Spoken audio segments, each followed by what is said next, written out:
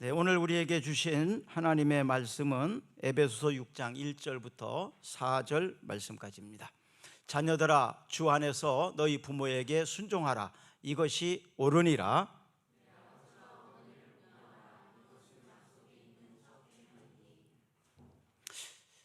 이로써 내가 잘되고 땅에서 장수하리라. 또 아비들아, 너희 자녀를 노엽게 하지 말고 오직 주의 교훈과 흉계로 양육하라. 아멘. 사람들이 어려움이 오면 제도를 바꾸고 사람을 바꾸면 될 것이라고 생각을 하고 변화를 시도합니다.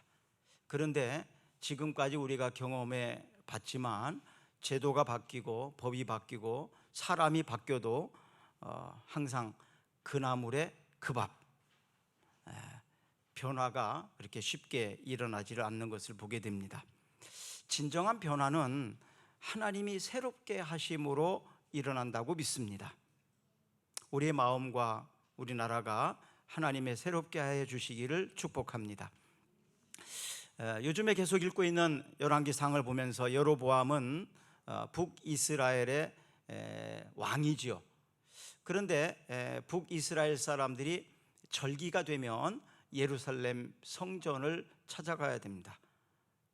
근데 남유다 땅으로 백성들이 가는 것이 당연히 왕으로서는 탐탁지 않죠. 갔다가 안 돌아올 수도 있고. 그래서 여로보암은 북이스라엘의 베델이라는 곳에 단을 만들고 제사장을 세웁니다. 그런데 제사장은 레위 족속을 세우도록 되어 있는데 합당한 사람을 찾지 못하니까 레위 백성이 아닌 족속 중에서 그냥 제사장을 왕이 세웁니다. 그리고 제사장으로 자원하는 사람을 또 데려다가 제사장으로 막 세웁니다.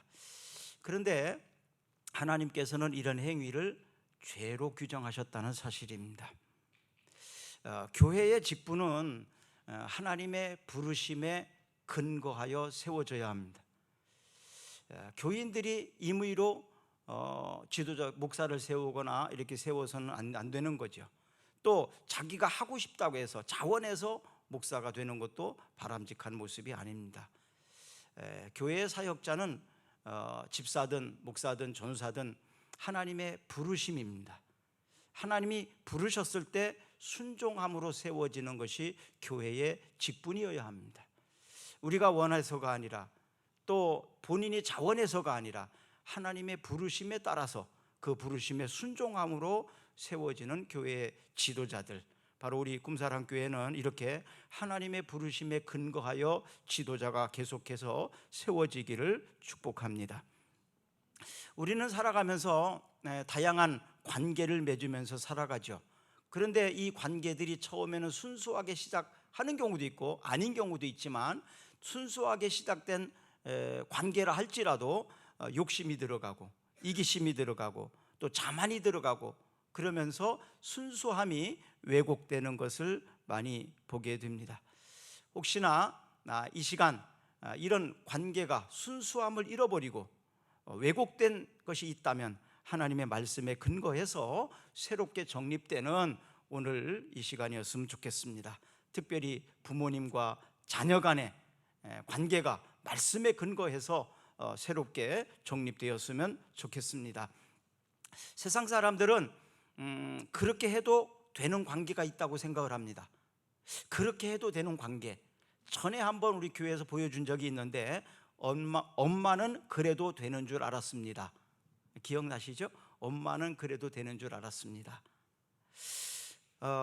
보통 이런 관계는 비인격적인 모습으로 많이 나타나게 되는데, 부모가 자녀를 대할 때 그래도 되는 줄 알고, 또 고용주가 고용인을 대할 때, 그리고 식당 같은 데에서 손님이 점원을 대할 때 그래도 되는 것처럼 이렇게 잘못 접근하고 관계가 되어지는 것을 종종 봅니다.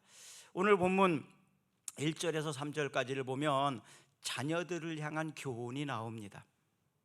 자녀들은 주 안에서 엔퀴리오라는 단어를 사용했는데요, 자녀들은 주 안에서 부모님을 공경해야 된다, 부모님을 순종해야 된다, 이렇게 규정하고 있어요.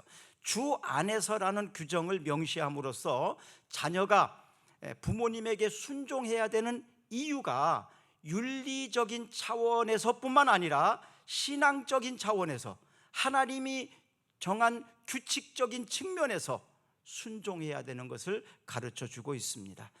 이 말씀은 출애굽기 20장 12절 말씀에서 따왔습니다. 한번 읽어볼까요? 내 부모를 공경하라. 그리하면 내 하나님 여호와가 내게 준 땅에서 내 생명이 길리라. 내 부모를 공경하라. 그리하면 하나님께서 이 땅에서 장수하게 하시겠다고 약속을 하고 있습니다. 자녀가 부모에게 순종하는 것은 마땅한 거죠.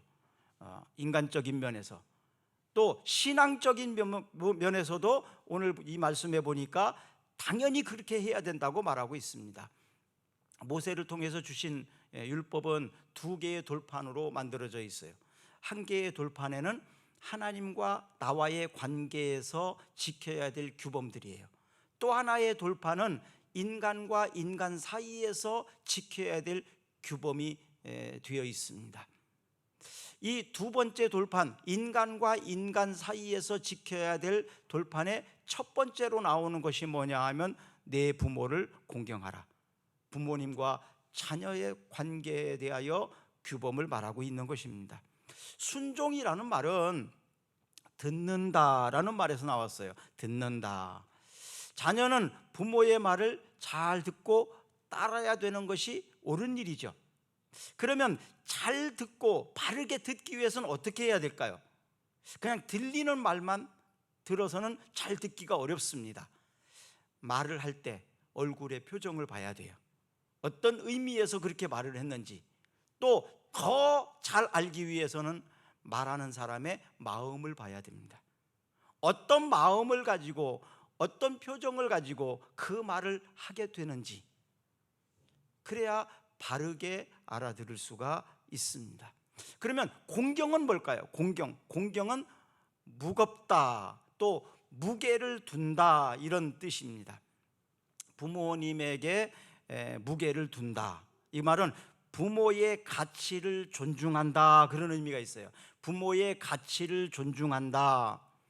어버이날 초등학교 2학년짜리 꼬마가 편지를 쓴 것을 사진으로 제가 봤어요. 그랬더니 그 편지에다가 쭉 썼어요. 그 아이는 꽃을 참 좋아하는가 봐요. 그래서 꽃을 그림을 그리고 꽃을 만들어 가지고 그 편지에다가 붙여서 어버이날 부모님에게 주는 편지였어요. 엽서였어요. 그런데 거기에 보니까 꽃을 너무 자기는 좋아하니까 꽃을 쭉 하다가 이야기하다가 어머니, 아버지는, 엄마, 아빠는 꽃보다 더 소중합니다. 거기에다가 조금 더 또 추가를 합니다. 아니, 자연보다도 더 소중합니다, 이렇게 썼더라고요. 꽃보다, 자연보다도 더 소중한 것이 어머니, 아버지, 엄마, 아빠라고 말하고 있습니다. 부모 공경은요, 윤리의 수준을 넘어서 소중히 여기는 태도, 소중하게 여기는 태도입니다. 최초로 하나님이 사람들에게 권위를 준 것이 바로 부모예요. 부모. 이 부모를 통해서 우리는 권위를 배웁니다. 로마서 13장 1절에 보면 각 사람은 위에 있는 권세들에게 복종하라. 권세는 하나님으로부터 나지 않음이 없나니 모든 권세는 다 하나님께서 정하신 바라. 그러면 이 권세는 왜 주는 걸까요?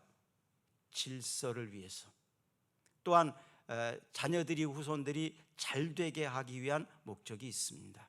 하나님께서 자녀들이 잘 되는 걸 가장 원하시죠. 또 부모들이 자녀들이 잘 되는 걸 가장 원하십니다. 자기 자녀가 잘 되는 것으로 시기하고 질투할 부모가 어디 있겠습니까? 우리가 잘 된다고 해서 하나님께서 우리를 시기하실까요? 그럴 리 없지 않습니까? 바로 잘 되게 하기 위한 목적으로 세운 것이 바로 질서다. 그런데 지금 가정의 질서가 무너진 것 때문에 사회의 질서까지도 무너지고 있습니다. 내 위에 있는 권력은 빼앗아야 된다, 없애야 된다. 왜? 내가 그 위에 올라가야 되니까. 결국 다 욕심에서 나타나는 것들이지요. 어떤 권력을 또 권세를 인정하지 않으려고 하는 지금 오늘날 사회 모습입니다.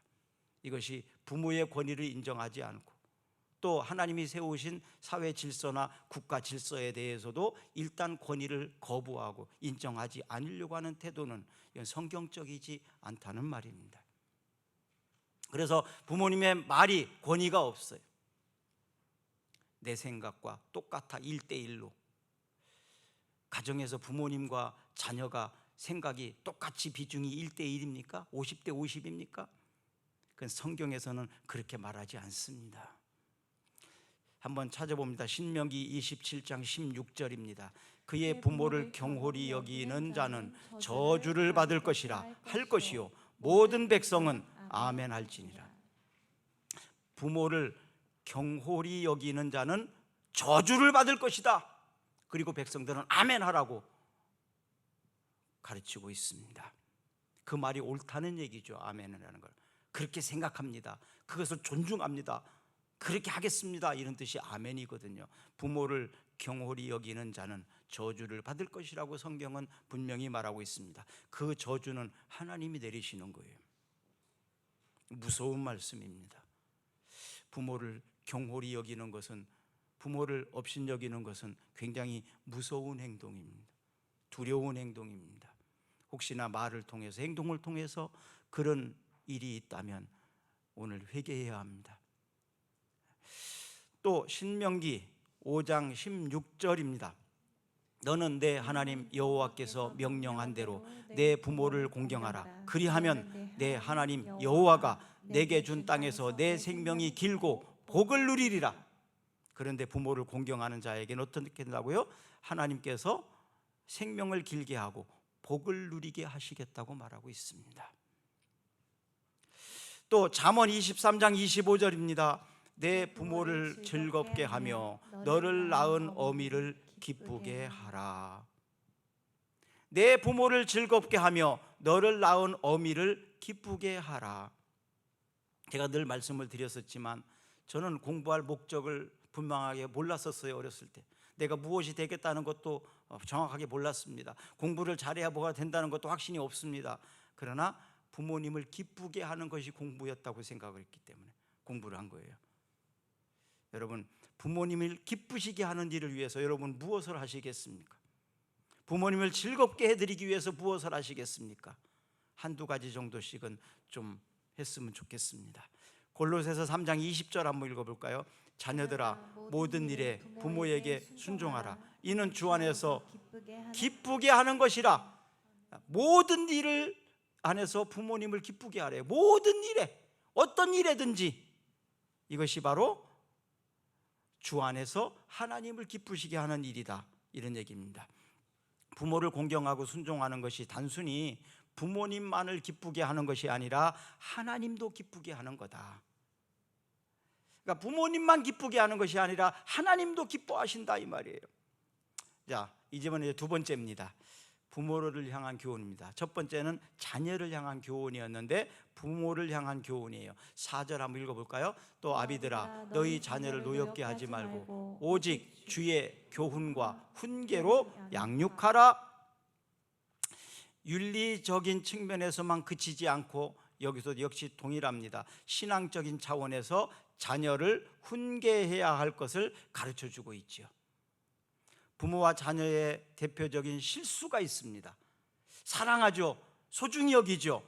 그런데 실수하는 것이 있어요. 뭐냐 하면 자기의 입장에서 또 자기의 감정에 충실하면 상대방에게 문제를 일으킬 수 있다는 거예요. 어떤 문제가 있느냐? 자기 입장만 생각하는 부모, 그 부모의 사랑, 이것이 자녀들에게 느낄 때는 간섭이나 억압으로 느껴질 수 있어요.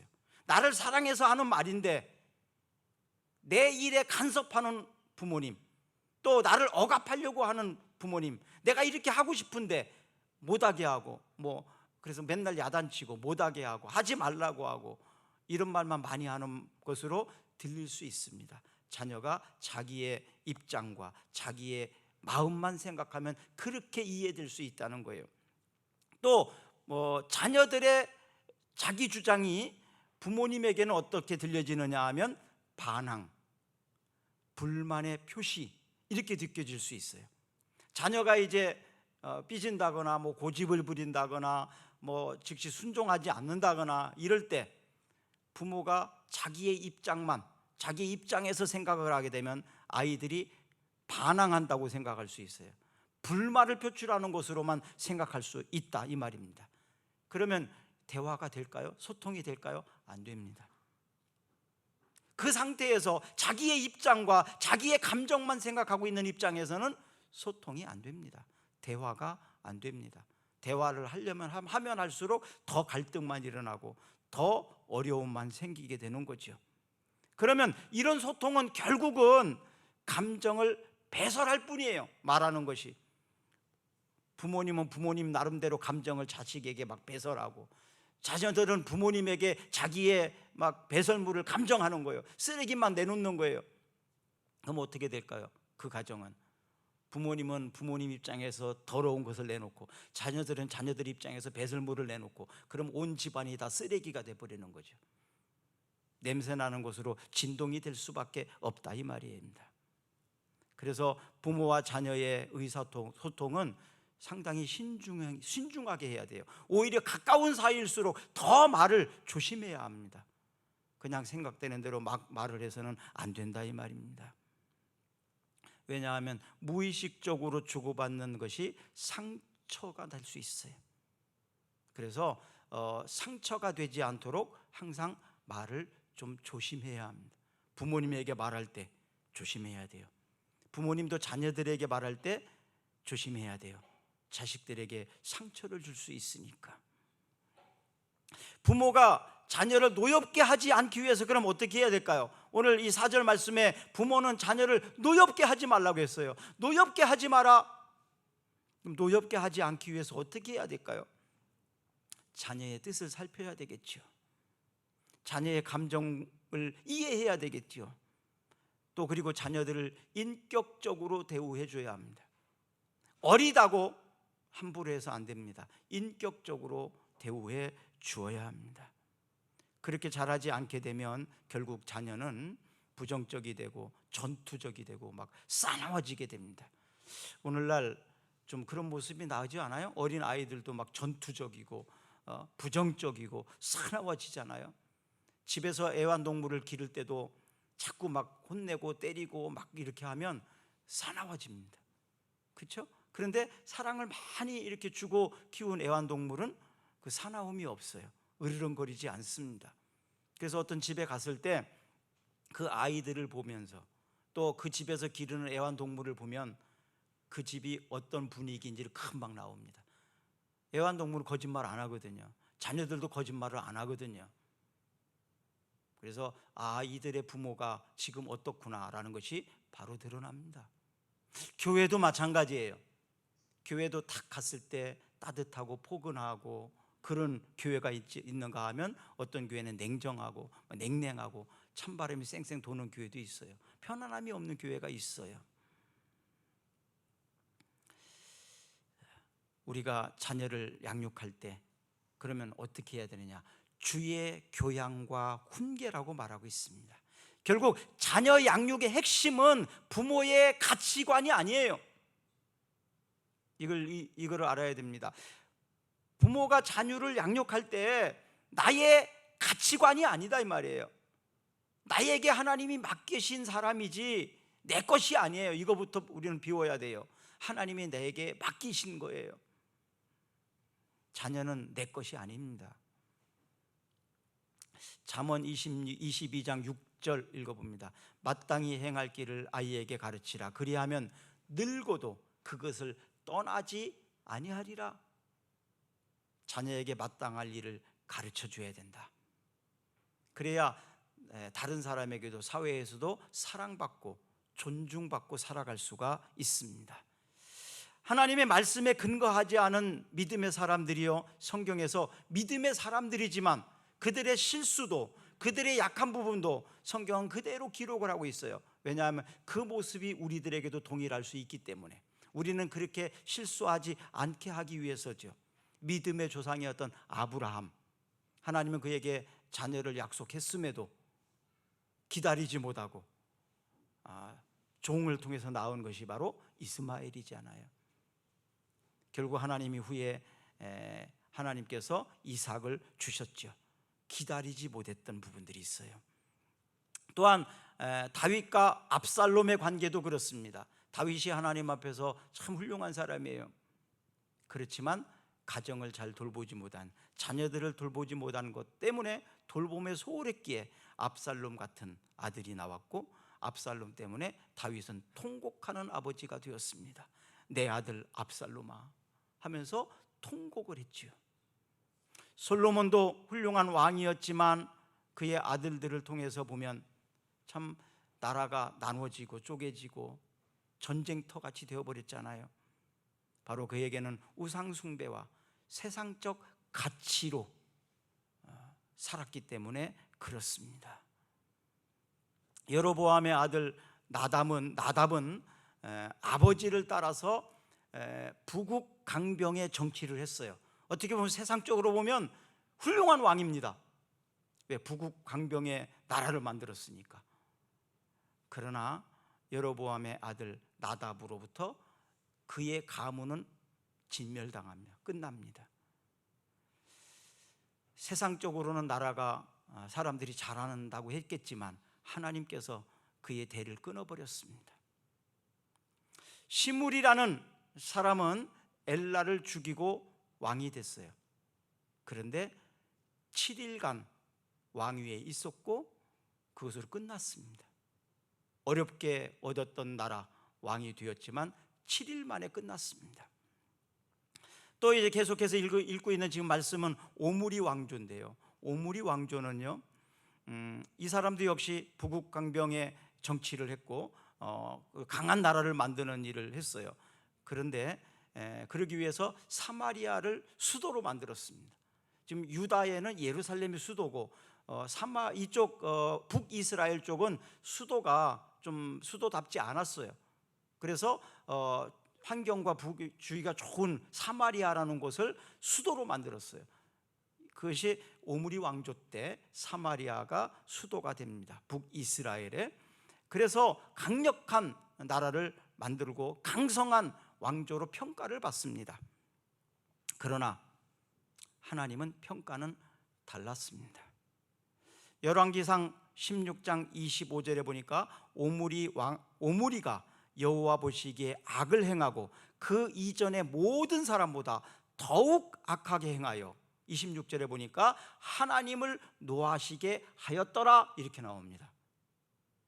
그가 역사적으로 북이스라엘의 아주 강력한 왕조, 아주 훌륭한 왕조로 인정을 받지만 하나님께서는 그를 향하여 하나님이 보시기에 악을 행했고 그 전에 모든 사람보다도 더 악했다. 그리고 하나님을 노하시게 했다라고 평가하고 있습니다. 법치국가에서 모든 행동의 근거는 법입니다. 그렇죠? 법입니다. 그럼 그리스도인으로서 모든 관계의 근거는 무엇이 되어야 될까요? 하나님의 말씀입니다. 성경입니다. 이스라엘의 이 왕정 시대에 왕의 역할은 굉장히 중요했어요. 왜냐하면 왕에 따라서 나라가 좋은 나라가 될 수도 있고 나라가 망할 수도 있었기 때문에 왕이라는 한 사람의 역할이 굉장히 중요했습니다. 그런데 그 왕의 어떤 실력이나 능력이나 이런 게 문제가 아니었고 중요한 것은요, 하나님이 기뻐하시는 왕들은 철저히 믿음에 근거한 왕, 하나님을 의지한 왕이었습니다. 하나님을 의지하고 믿음에 따라 세워진 왕들은 하나님이 그를 통해서 역사하셨습니다. 그들을 지키시고 그들을 인도하셨습니다. 그러나 믿음을 따라 하지 아니하고 철저히 하나님을 배격하고 나라를 다스리는 왕들은 그의 마지막들이 다 비참해졌다는 사실은 우리는 열왕기 상하를 통해서 배울 수 있습니다. 자, 그렇다면 우리는 어떻게 살아야 하나님이 우리를 보호하시고 인도하실까요? 성경은 믿음을 따라 하라고 말씀하십니다. 오늘 본문 자녀들과 부모들에게 대한 교훈도 마찬가지입니다. 철저히 믿음에 따라서 성경 말씀에 근거해서 부모가 되고 자녀가 되어서 살 때 하나님은 역사해 주시는 거예요. 또 하나님께서 맡겨주시는 것은 어떤 사람에게 맡겨주실까라는 생각해 봤습니다. 하나님 우리에게 많은 걸 맡겨주시길 원하시죠. 돈도 맡겨주시고 건강도 맡겨주시고 자녀도 맡겨주시고. 하나님 어떤 사람에게 맡겨주실까요? 잘할 수 있는 사람에게 맡겨주시는 줄로 믿습니다. 잘하는 사람, 그렇죠? 잘하는 사람. 금요일 날 전주시 기독교연합회 그 임원 수련회를 하루 이렇게 다녀왔는데 15인승 큰 차 있잖아요. 솔라틴가.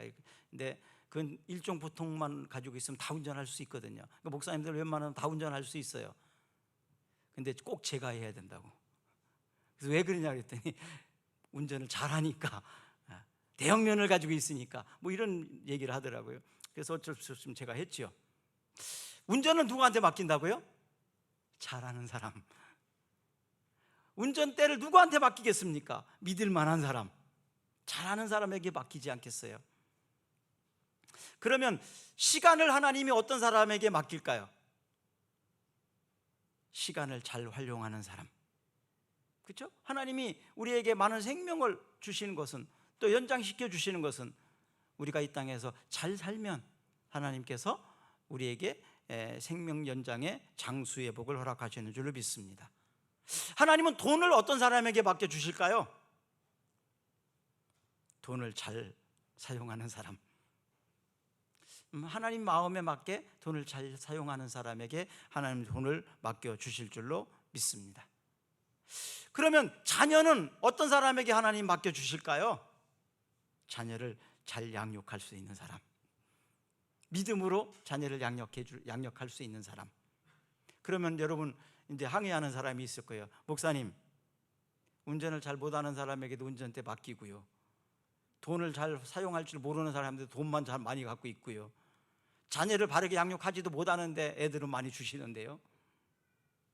세상적인 방법에서는 그렇게 보일 수 있어요. 아까 왕들의 역사를 통해서 보여줬던 것처럼 악한 사람도 왕이 될 수 있어요. 그러나 결국 하나님은 어떻게 하셨다고요?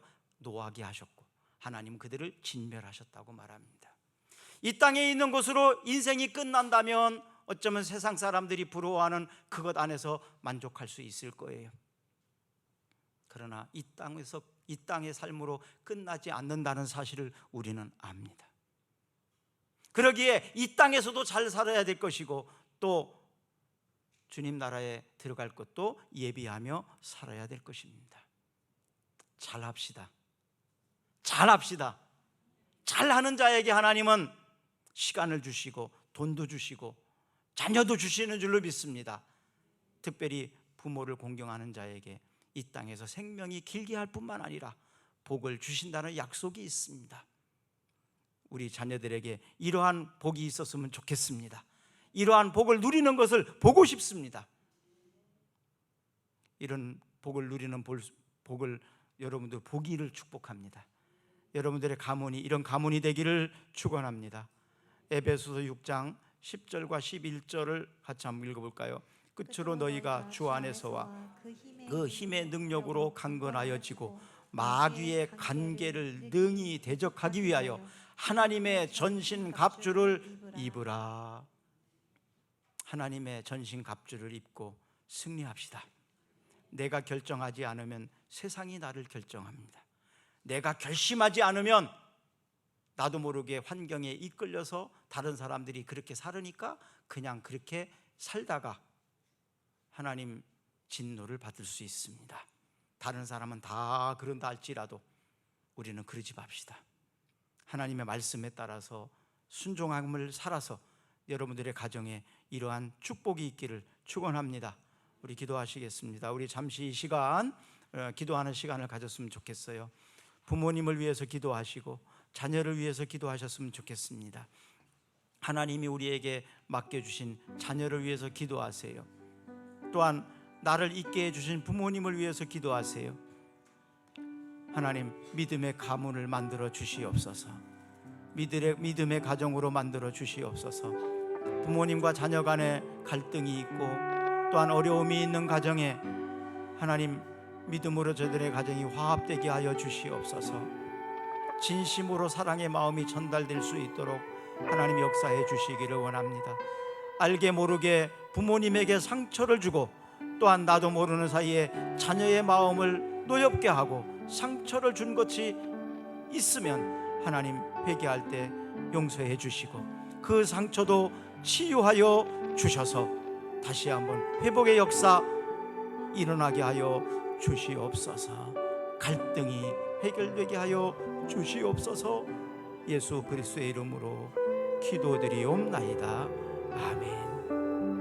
우리 다 같이 일어나셔서 찬양하겠습니다.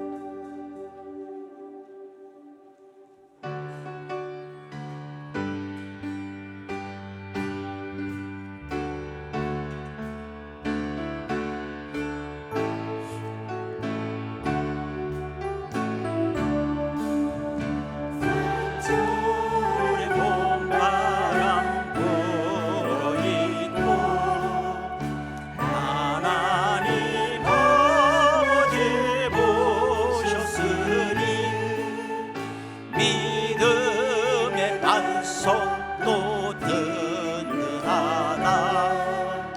우리 집 즐거운 동산이라. 고마워라 임마누엘, 예수만 섬기는 우리 집.